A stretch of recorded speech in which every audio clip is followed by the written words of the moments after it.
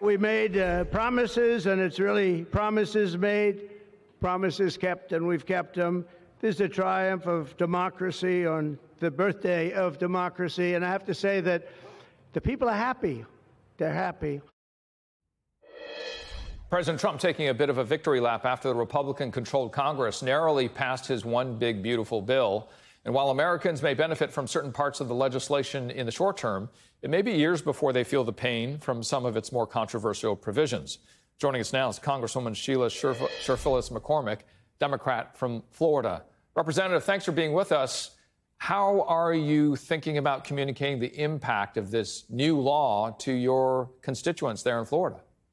Well, thank you so much for having me. I think at the end of the day, there are some good things in this bill. However, they are temporary and they all expire in 2028. And the truth is the damage that's being done in this bill is not just devastating, but it is permanent, especially when we're looking at people who are on Medicaid, people who are on SNAP. These are our most vulnerable and they will suffer horrifically because of this. And some of them will die. And that's the reality of it. And I think the more and more we talk to people, they're feeling that. There was already some anxiety here that was present just because of the way this administration has been conducting itself, especially being in Florida where you see the ICE raids, you see the fear, the apprehension. And this bill was just another layer of fear and apprehension. So I think the cumulative effect of this bill and what we've been seeing for the past months speaks for itself. And compounding that with the alligator Alcatraz, it just makes everybody very weary. And we've been doing several town halls throughout all of South Florida, making over 100 stops. And we keep hearing and feeling this from the American people on both sides.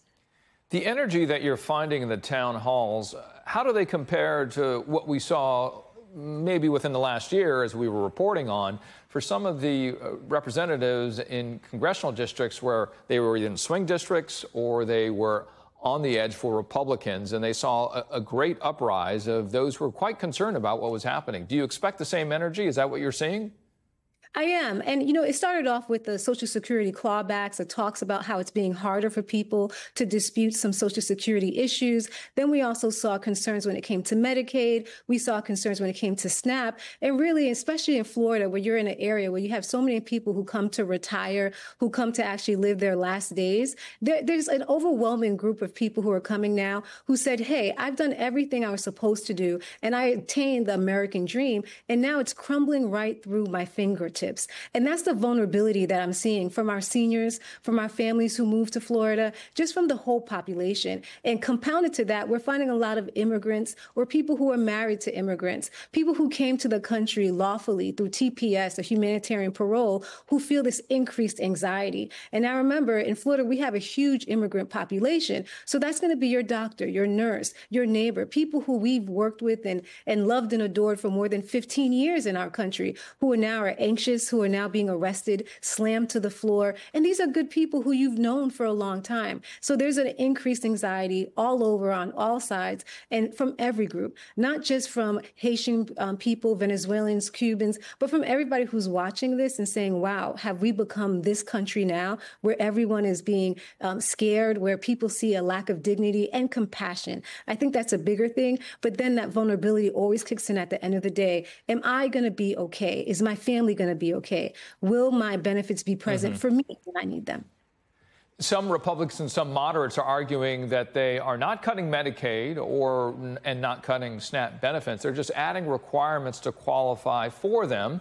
And by doing that, they're cutting waste, fraud, and abuse. And in a discussion I had with a social worker, they said, yes, that might be beneficial to reduce fraud because of requirements not being needed at the moment for some benefits that are given to constituents. What's your response? Well, it's not true. I worked in healthcare for over 20 years before I came to Congress. And one of the things that we saw is when you increase red tape without having the funding for implementation of that, it actually equals a system that doesn't work for the people. So right now, Medicaid recipients are renewing or re-verifying once a year. Now we're moving that to twice a year, every 6 months. But there's no money being allocated to make sure that the systems in place that actually do the verification have the amount of people or the funding to do it. So what's going to cause is a lot of people to be delayed. What does the delay equal? We have a lot of babies who are on oxygen. We have a lot of people who have different needs that they pay for what they need every single day. So when they try to go to the doctor, when they try to get oxygen for that baby and their application's being delayed, or they're not covered anymore because there's such a delay, that child will not get oxygen. That's the reality. And that's what I'm talking about when we talk about devastating effects that are permanent. When that child doesn't get that oxygen, what happens? When that patient doesn't get a nurse, what happens? If there's no funds being allocated at the same time of these new requirements, what that causes is a deprivation of their health care. And that's the reality. So if you want to deal with fraud and abuse, let's sit down and talk about how do you actually implement it while mitigating any harm. There's no mitigation process. It's just let's cut, let's make it more difficult. And we know for certain that there will be over 12 million people who are going to be kicked off. And that shouldn't be done. We know how to do this correctly. Let's do it correctly, and let's do it bipartisanly. And I've heard some of the rhetoric about, Democrats hate this administration. That is not true. We need to be working together. For us to hate this administration or even the president would be us cutting our nose to spite our face. We want America. Representative, as you said, working together, and now that it's law, your constituents will now need help with how to understand it. You remember during Obamacare, it was a shift, right? And trying to educate your constituents was very important. How do you plan to help your constituents understand how to handle this new bill? Well, that's where we're continuing with this 100-stop tour, where we're making 100 stops throughout all of South Florida to continue the education, but also to continue hearing from our constituents what they're seeing, what's going on. We're not seeing the number of hearings that are necessary right now for our constituents to have faith in the bill, to have faith in how it's going to be implemented. So we're pushing the issue on let's have hearings, let's know more, let's work together, and to hear from them what they're seeing, because that is really what we're here to do. Protect our constituents, hear from them, and work together. But we haven't been seeing working together. When we articulated our concerns about Medicare, they did not take over 156 amendments. They took none of our amendments, which could have helped us reconcile this bill, so there could have been bipartisan support. So that's the angle where I'm saying that we want to work with the other side, but they are not representing the American people and not even allowing us to protect the American people. And that's the divide. Representative Sheila Sherflus-McCormick, I can't thank you enough for joining us on this holiday weekend. Have a good one.